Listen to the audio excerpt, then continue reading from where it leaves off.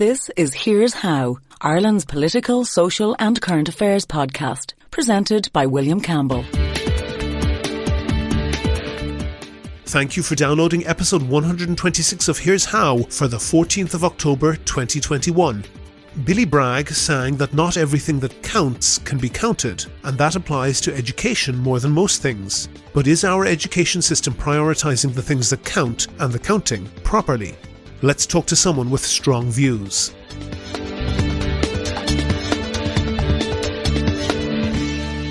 Here's How is Ireland's political, social and current affairs podcast. Make your view heard. Just dial 076 603 5060 and tell the world what you're thinking. Your voicemail may be included in the next podcast. You can find tips on recording your contribution and other ways to contact the show at here'show.ie/call. Coming up on today's podcast, isn't it necessarily going to be vocational education, even if those vocations are very different to what they might have been previously? I wouldn't agree with you. I think higher education and third level education should always be about education in the broadest sense. That's coming up shortly. But first, I want to thank all of my donors on Patreon, especially Owen O'Leary Fitzpatrick, who signed up as a patron since the last podcast. I really appreciate the generosity of everyone who does that. For the people who don't know, Patreon is a system that allows people to donate €1 or €2 per podcast or per month, and that helps me to devote more time to research and to finding interesting guests. If you think that you could do the same as Owen and the other donors, there's details on the website and at the end of the show. One thing that I thought the Green Party had that left-wing parties didn't was an understanding of how taxes could be used to modify behaviour. The Greens are often lambasted from both left and right for this, people saying that they want to tax everything. But that's unfair. They had recognised, I thought, that taxation is often a better way to modify behaviour than banning or regulating things. A good example was the plastic bag tax. This started out at 15 cents per bag. Its purpose wasn't to raise money, it was to change behaviour. And it worked. Use of plastic bags collapsed by more than 93% when it was introduced. That tiny amount of money was enough to change mindsets and encourage people not to be wasteful. I got in a brief Twitter spat with some people, including the former Green Party TD and Senator Dan Boyle, about what was announced in the budget this week as a measure to ease the housing crisis. A 3% tax on zoned land. This idea has been kicking around for years, not least from the Green Party, because they had recognised the bottleneck in the supply of housing. Everything that you need to build a house can be put on the back of a truck or the back of a Ryanair flight from the continent. So there's no real reason why prices should be so much higher here. Everything that is, except the land. If you've followed the Derelict Ireland campaign, or even if you haven't, you should know that there's a huge amount of vacant and crumbling housing in Ireland, and vastly more space that is zoned for housing, but has been sitting vacant for decades. This is not an accident. The vacant land is owned by a tiny number of fantastically wealthy speculators. Your initial thought might be, well, why don't they sell up and make a fortune? The problem is, what would they do with the fortune? Put it in the bank? Property price inflation is vastly more than any bank interest rate that they could hope to earn. As they see it, the money is in the bank. Then why not build on the land themselves and make a fortune selling houses? Even building on half it would ease the housing crisis. Because, as any economist will tell you, value comes from scarcity. Their land banks make them richer than Croesus because of the housing crisis. If there was no housing crisis, if they built on even a fraction of their land, they would crash the value of all of it, so that they would end up poorer at the end of the process. Poorer, not poor. And these people, whether you like it or not, are acting rationally. They are responding as any reasonable human would to the incentives that exist.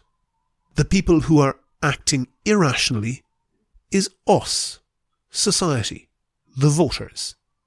We're incentivizing them to do one thing and expecting them to do the opposite. That's why I thought it was great that Fianna Fáil promised in their 2020 manifesto to increase the vacant site levy to 14%. It was originally 3%, recently raised to 7%. The first problem with the 3% was that this is lower than the rate of property price inflation. If the value of your land bank is going up by 10% a year, and you lose 3% in a levy, you still gain 7%. If you were to sell up and put the money in the bank, you would get far less than 1%. The calculation is simple. Hoarding is more profitable than developing, even at the 7% levy. That would be true if the tax was collected, but it wasn't collected. It only applied to a tiny proportion of the sites it should have, and where it did apply, the local authorities simply didn't bother collecting the money. I'll rant about the ineffectiveness of Irish local government some other time. The Business Post reported that of the 21 million that was supposed to be collected in levies, only 21,000 was collected, a failure rate of 99.9%. Think about that for a minute. Think about it when you're looking at the taxes taken from your next paycheck. Think about the likelihood that they would just not bother to collect your taxes one time. Now think about the chances that they would just not bother collecting your taxes 99.9% of the time.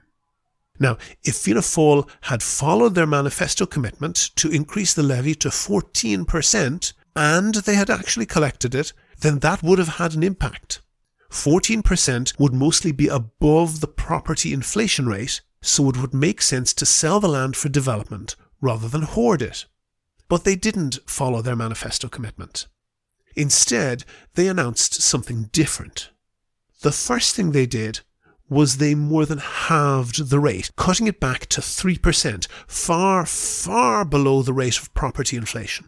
The next thing they did was they announced that they would be getting revenue rather than the local authorities to collect the tax, which sounds good. Revenue are far more competent than the local authorities at collecting taxes. To be honest, revenue are far more competent than the local authorities at pretty much anything. But here's the kicker. The system doesn't start for 2 or 3 years. Remember that political years are the reverse of dog years. Anything that's promised in 2 or 3 years' time is unlikely to happen within a decade. If you disagree, I'll bet you the price of a monthly ticket on the Metro North that I'm right. So several things are certain following this announcement. First, the local authorities are going to abandon whatever little efforts they had been making to collect this levy. Secondly, this announcement will never be realised. It's been kicked out beyond the next election, by which time there will surely be another announcement of something due to happen in another few years. And the third thing that will happen is that land hoarders will engineer further artificial jacking up of land and therefore housing costs. Do you agree? Do you disagree? If you want your point of view heard, dial 076 603 5060 and leave a contribution for the show. The lines are open 24/7 and you can find tips on how to record a good contribution and other ways to contact the podcast at here'show.ie/call. On the line now, we have Dr. Geraldine Mooney-Simi. She is a senior lecturer in education at the University of Limerick, and she's also the director of EpiSTEM, which is the National Centre for STEM Education. STEM, for the people who don't know the acronym, normally stands for Science, Technology, Engineering and Mathematics. Geraldine, I know you have strong views on education. In your view, what's wrong with education policy in Ireland? Well, thank you, William, for inviting me to take part today in the conversation with you. And I suppose really the question, it's a bigger question. Maybe it might be in the wrong directions that education are moving across the international space, across Europe, never mind just only Ireland. I suppose in the last 10 years, in a nutshell, I suppose with the economic downturn happening so fast, that has always ricocheted back into education. We get a sense that we need some new skills, new talent, new, post-industrial world. What kind of new student do we want coming out of the system? And the problem that has happened, I guess, is that we live in a climate of fear. And so the climate of fear has brought on this idea of having a worker citizen kind of a compact that's too tight, too narrow, too aggressively individualistic. And so that direction has played out in Irish education. And we really need to get back to asking the big question again, which is, what is the purpose of education? What's your answer to that question? Well, my answer to it is twofold. One, I would like us to keep asking it, because I'd like a lot of people to engage the question rather than to rush to an answer. That's the first thing. There's a danger that if we don't open the question and leave it open, that we'll rush to simplistic answers. And the other one, then, from my point of view, education is much more than just becoming a worker citizen. It's a pathway towards freedom, liberation for the individual person. And it is also a pathway towards developing, if you like, a broader pluralist democracy. There are many, many different purposes for education, but the liberation of the person irreducibly, not just being a worker or a citizen, is very important. And that has always been very important in Ireland, with Celtic spirituality and Christianity and all sorts of thinking that we are more than the sum of the parts. Mm-hmm. That is quite a common theme, and people sometimes criticise education when it is more strongly than they might like to be vocational education. But this idea of educating the whole person, that comes from quite a long time ago, when education, certainly third level education, was incredibly narrow, and only a tiny, tiny fraction of 1% of people had access to that sort of education. When more than half of people are going to third level education as we have now, isn't it necessarily going to be vocational education, even if those vocations are very different to what they might have been previously? I wouldn't agree with you. I think higher education and third level education should always be about education in the broadest sense. And why not, if more people are going, why not for them to experience what it is to be more holistically educated, not in a privileged way. I'm not looking back at the past in some kind of glorification of that kind of privileged position in the past, but I am saying that the young people accessing higher education today need to access it not only in a vocational lens, not only in the lens of what they're going to do with their careers afterwards, how to have a good life, how to enjoy a good life, a decent life in a decent society. That's a much bigger question than just a vocational one. Sure, but you would accept that when those concepts were first promulgated, that was something that was only available to a tiny fraction of society.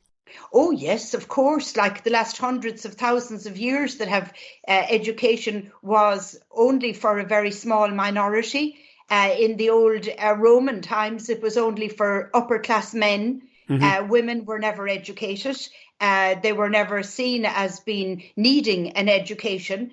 Particularly in STEM education, the subjects I'm talking about now in epistem, for example, it was never seen that women needed to challenge their minds with conceptual and abstract thinking and intellectual thinking. Yes. That still plays out in many parts of the world today, as we know. Oh, okay. One thing that you wrote, you said, the field of policy research shows an exponential growth in relation to the increasingly complex ways markets impugn on education ecosystems.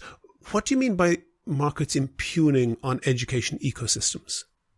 Well, the markets have shoved into the field of education and have colonised it, particularly in the last 10 to 20 years. Education was seen as a distinct discipline. Politics was a distinct discipline. The media was a distinct discipline. There was overlap always between things, but when education narrows to being the primacy of the economy, we have trouble. For example, I'll give you one example.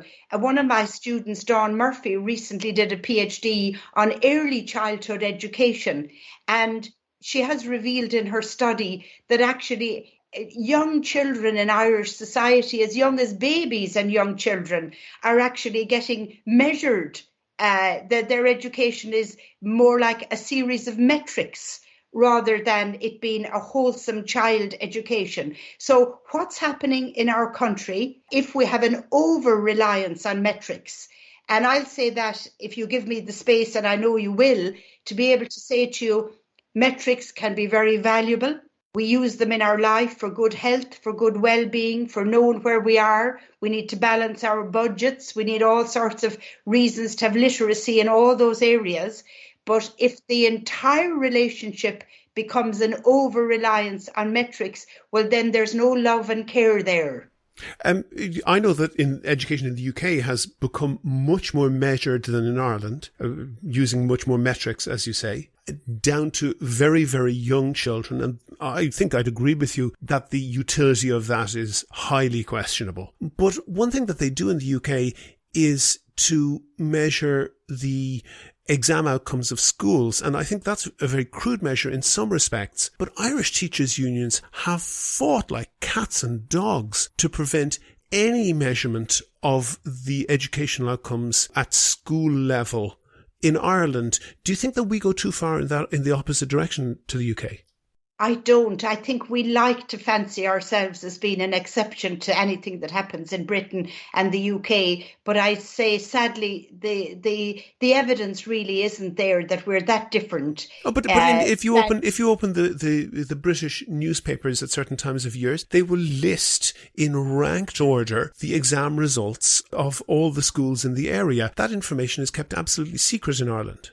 Yeah, but there's another way of getting that ranking going on in Ireland. We also, if you open the Irish Times and the Independent and all the newspapers after the CAO applications are out, and you find out how many go to college and you find out from what schools they go to. So there's another way. But it's not as systemically available, is it? I know there's a difference, but there's an Irish solution to that problem as well. There is information. I know the argument that the unions have fought, and they've won in many, many ways, but we have fallen. We cannot say that we haven't fallen into a neoliberal pathway in education in Ireland, and that we're heading more and more that way because we've become more about standards and frameworks and legality rather than the moral purpose of education. Sure. And pause that for a second, because I want to come to that point, and I'll allow you to talk about that in a moment. But you and I think everybody listening will remember from their school days that some teachers were good and some teachers were bad. And there was very little that was done about bad teachers. And I'm saying bad in the whole round, who are poor at educating the children, who are poor at every skill that you might want from a teacher. In any other profession, the worst performing can expect to be shown the door. That's very unusual in teaching in Ireland. And are you sure that we shouldn't have that at all? I suppose the way you frame the question is interesting. We all know that there are teachers have been and are that aren't up to the scratch in terms of teaching. So we do need a way of having teacher accountability. So I'm in agreement that we need teacher accountability, as are lots of professors and educators around the world, including Professor Merlin Cochrane-Smith at the University in Boston and Boston College. But there's a but here, and that is, how do you measure what is a good teacher? That's the question we've got wrong, because the emphasis to change and to excoriate out all what are called the bad teachers out of there. The framing of what it is to be a teacher as a professional is very narrowly done. If it's done through a market way of performance, it's going to be tightly done and narrowly done. And the only teachers that are going to remain in the profession are those who are compliant, those who ask no awkward questions, who don't actually develop any critical capacities in the young people they teach. They're just going to be people who are going to say what it is I need to do, and let's all jump to it. So is that the kind of tight education system we want? And if it is it education or is it training? So educators like myself, who consider myself an academic and an activist, we need to be in conversation with you and with people in the public. We need to reassert ourselves as to what is education and what is it to be a teacher nowadays. What is a professional teacher, and how would you measure that person? Because there's a lot of effort now going on to measure the work of the teacher in a narrow way, almost as if they're selling sweets in a shop. I agree with you. I think that there's a whole suite of skills that teachers should have that are difficult or perhaps even impossible to measure. But there are also some deliverables, if we're to use that word, in teaching that are relatively easy to measure. And should we not measure what we can just because we can't measure everything perfectly? Well, the trouble with it, and I love the way you put it, and I like the way you're thinking. The trouble with it is if we only end up assessing what we count, then that becomes the bit that gets counted.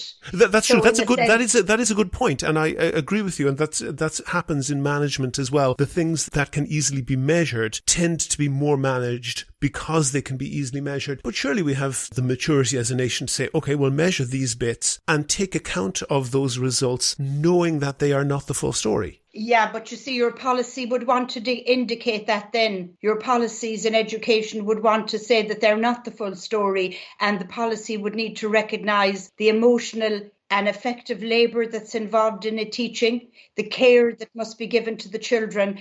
The policies would actually have to come off it. They would have to come off their masculine word about data and measurement. They would actually have to describe teaching in the broad way, and that's not what's happening around the world.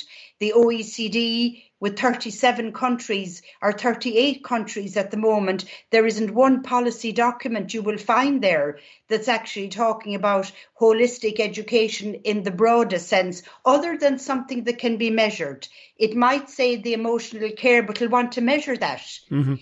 So everything will be brought down to a narrow hyper-rationality. So I'm a rational person, I'm a reasonable person, but what is it to be human? Are you more than just a piece of rationality? So, I mean, to be human is much more. You have access to your irrationality, your spirituality, and a whole lot of other areas, and you bring all of that with you into your class, and your teacher has to recognise you as a human being in all of the round rather than in something that can be deliverable and measurable. You used the term neoliberal there. Explain what you mean by that. Well, I suppose liberal education went and got, before the beginning of the 21st century, we had liberal education, which was to be educated like I was when I started secondary school in Lisdoonvarna, with a group of broad-minded teachers, access to Shakespeare as well as chemistry and mathematics and everything, and wonderful debates and wonderful questions about politics and mediating with the world. That broader view. Now, not that the education was perfect, but neoliberalism has turned it around and said that education is a market-led discourse, that it is the primacy is the economy, being the competitive individual. That's a reasonable critique. That's a reasonable critique, Geraldine. If that lens through which you view education becomes dominant, it is reasonable to say, hang on a second, there are other objectives in education as well. But that is one reasonable goal with education, isn't it? What it has shut down is, if I said to you in terms of our home, I said to you, the economy and the finances of the house matter, and they're the most important thing that matter in the house.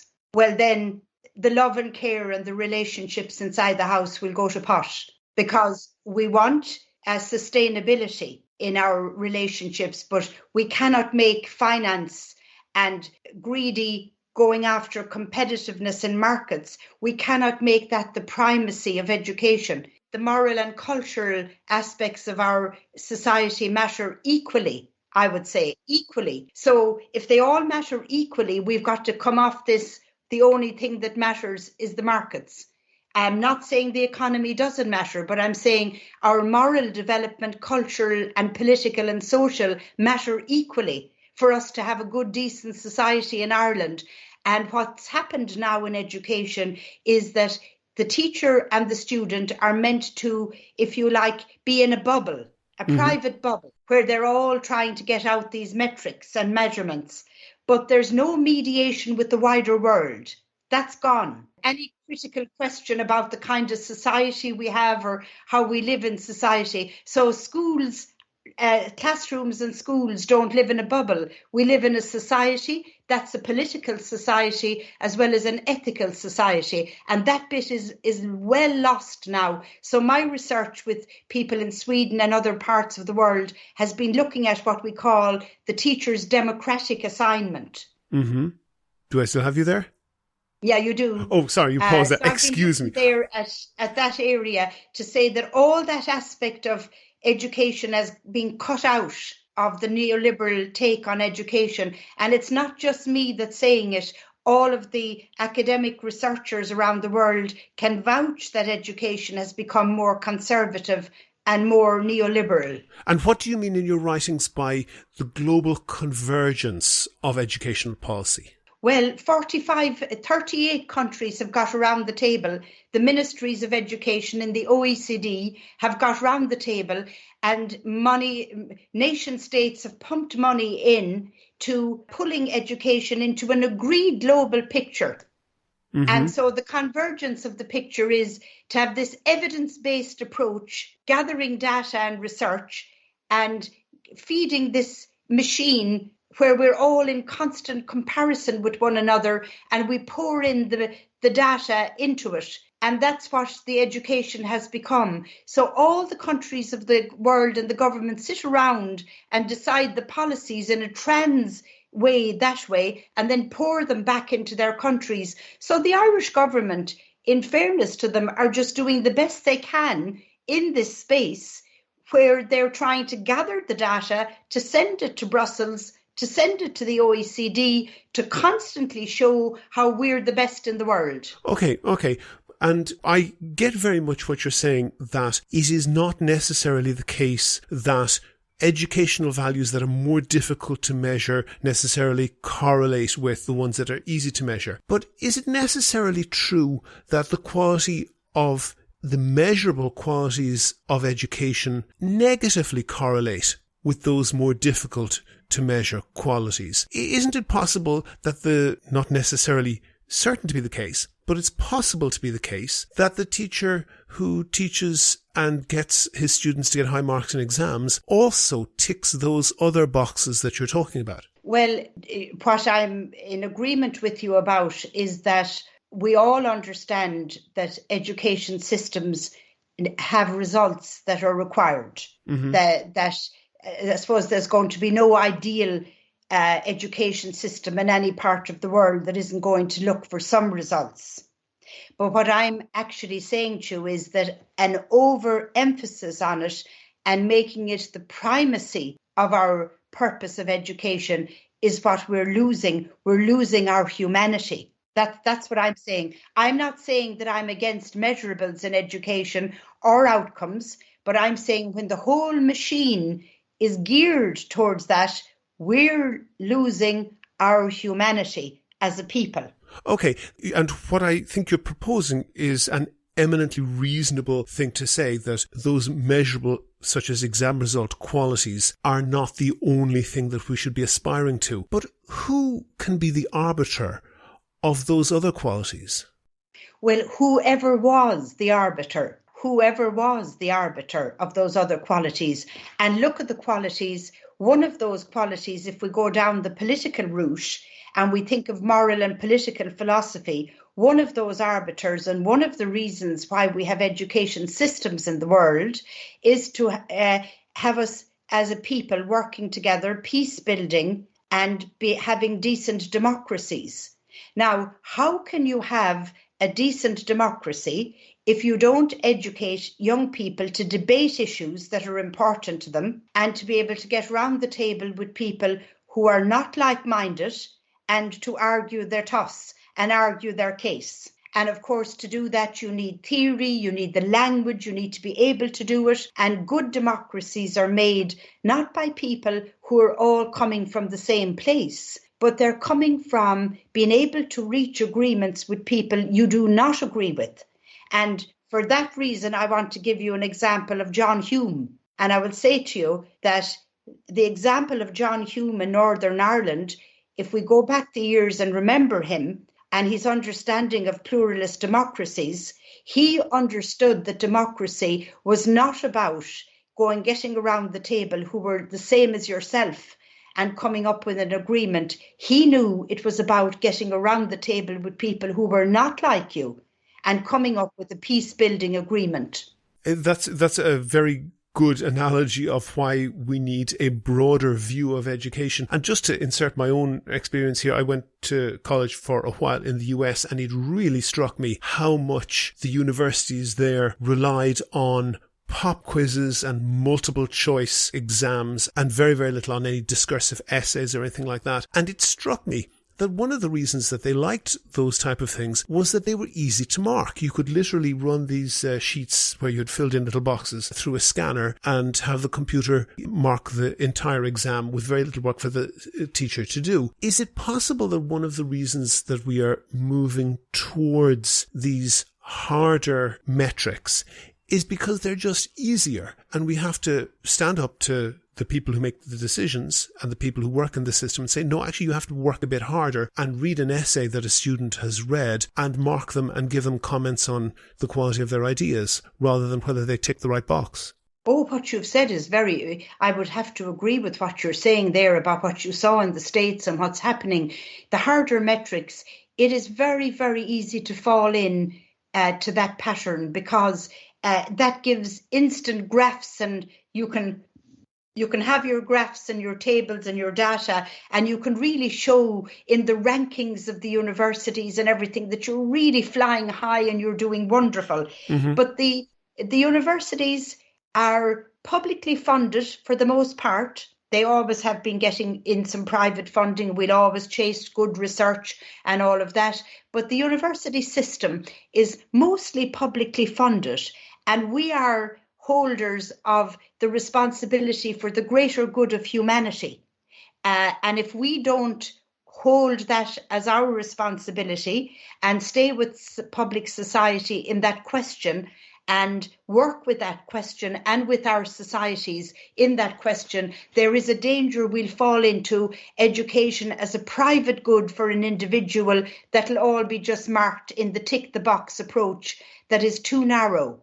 And obviously, our social justice and our issues of race, class and gender that are all boiling up all over the world now will all be just thrown out the window because we'll be so busy chasing the metrics. We'll have no time to actually involve people in developing themselves as human beings and working on themselves for that, and also taking responsibility for the world they live in, because we've got to get people away from thinking that the only responsibility they have is only to their own families. It's not just only for yourself and your own family. We also have responsibility to the society and to the world we live in. That's how we're going to solve climate change, global issues, migrant issues, all of that, if we all own a little bit of that responsibility. One final question for you, Geraldine. Is the Irish education system fair?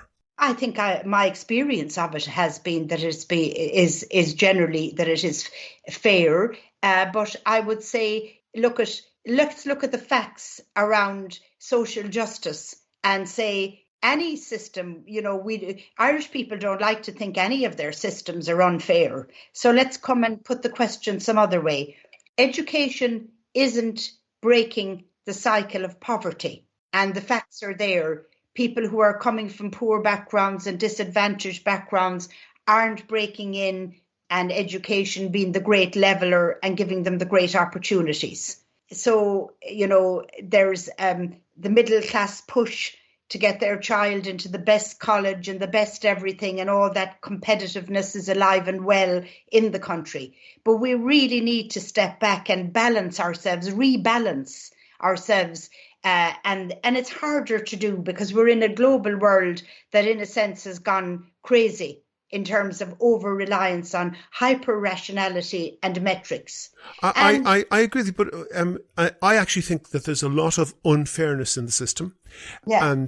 But the one standout feature of the Irish education system, which is unquestionably fair, you can say everything leading up to it and everything following it might be unfair, and that produces unfairness. But there's no question that the Leaving Cert and the CAO system is fair in that no pull, no nod, no wink, no I know your father, can help you very much with it. And it is the one part of the Irish education system that attracts the most demands to be changed. That's remarkable, isn't it?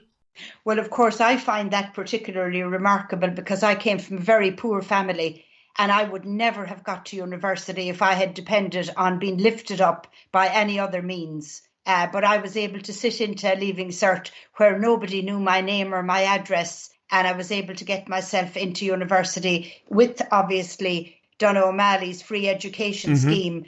But I would not, and through university as well, I'm sure that my anonymity on exams was something that has stood to me. And since I've become a lecturer in education and gone back to college to do my PhD through Trinity College and now working in UL, all of my publications go into anonymous journals. So my anonymity is secured there.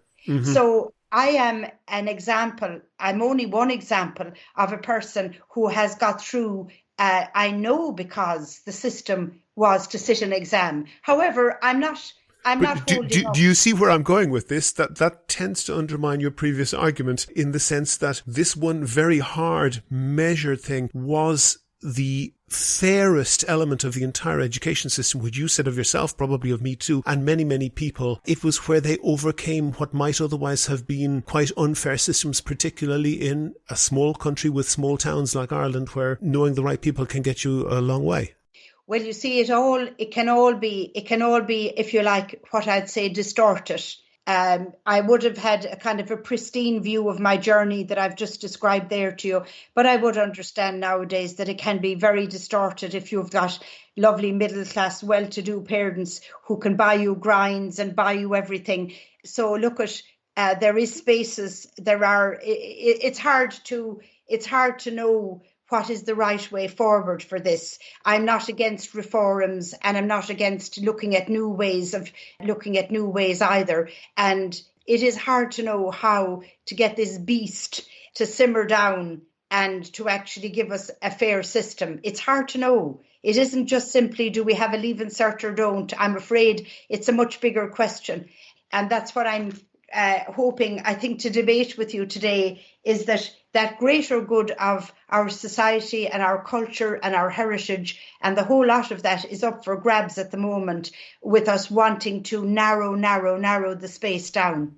If there's anyone who can get that beast to simmer down, no better woman. Dr. Geraldine Mooney-Simmy, Senior Lecturer in Education at University of Limerick, also Director of EpiSTEM, the National Centre for STEM Education. Thank you very much for talking to me. Lovely. Thanks, William. Bye-bye now, and thank you. If you liked the Here's How podcast, please rate and review the show on iTunes and other podcast providers. Share it on Facebook and Twitter. Tell your friends. But most of all, make your views heard. Call us on 076 603 5060. Go to the website for sources and references from the show. And while you're there, you can like the show on Facebook, follow the show on Twitter at Here's How Podcast, and follow Dr. Geraldine Mooney-Simmy at gmooney-simmy. The spelling is on the website. And get in touch with me if you can suggest a guest or a topic for the next show. Thanks again also to Owen and to all of the other patrons on Patreon. Their donations allow me to devote more time to research and to finding interesting guests. And if you could do the same as them and donate €1 or €2 per podcast or per month, please do go to patreon.com/here'show. That link is on the website. Also there you can find out how to subscribe to the podcast for free on your phone, on your computer, or by email. All the information is at www.here'show.ie. The Here's How podcast is produced and presented by me, William Campbell. The assistant producer is Kevin Wolf. Thank you for listening.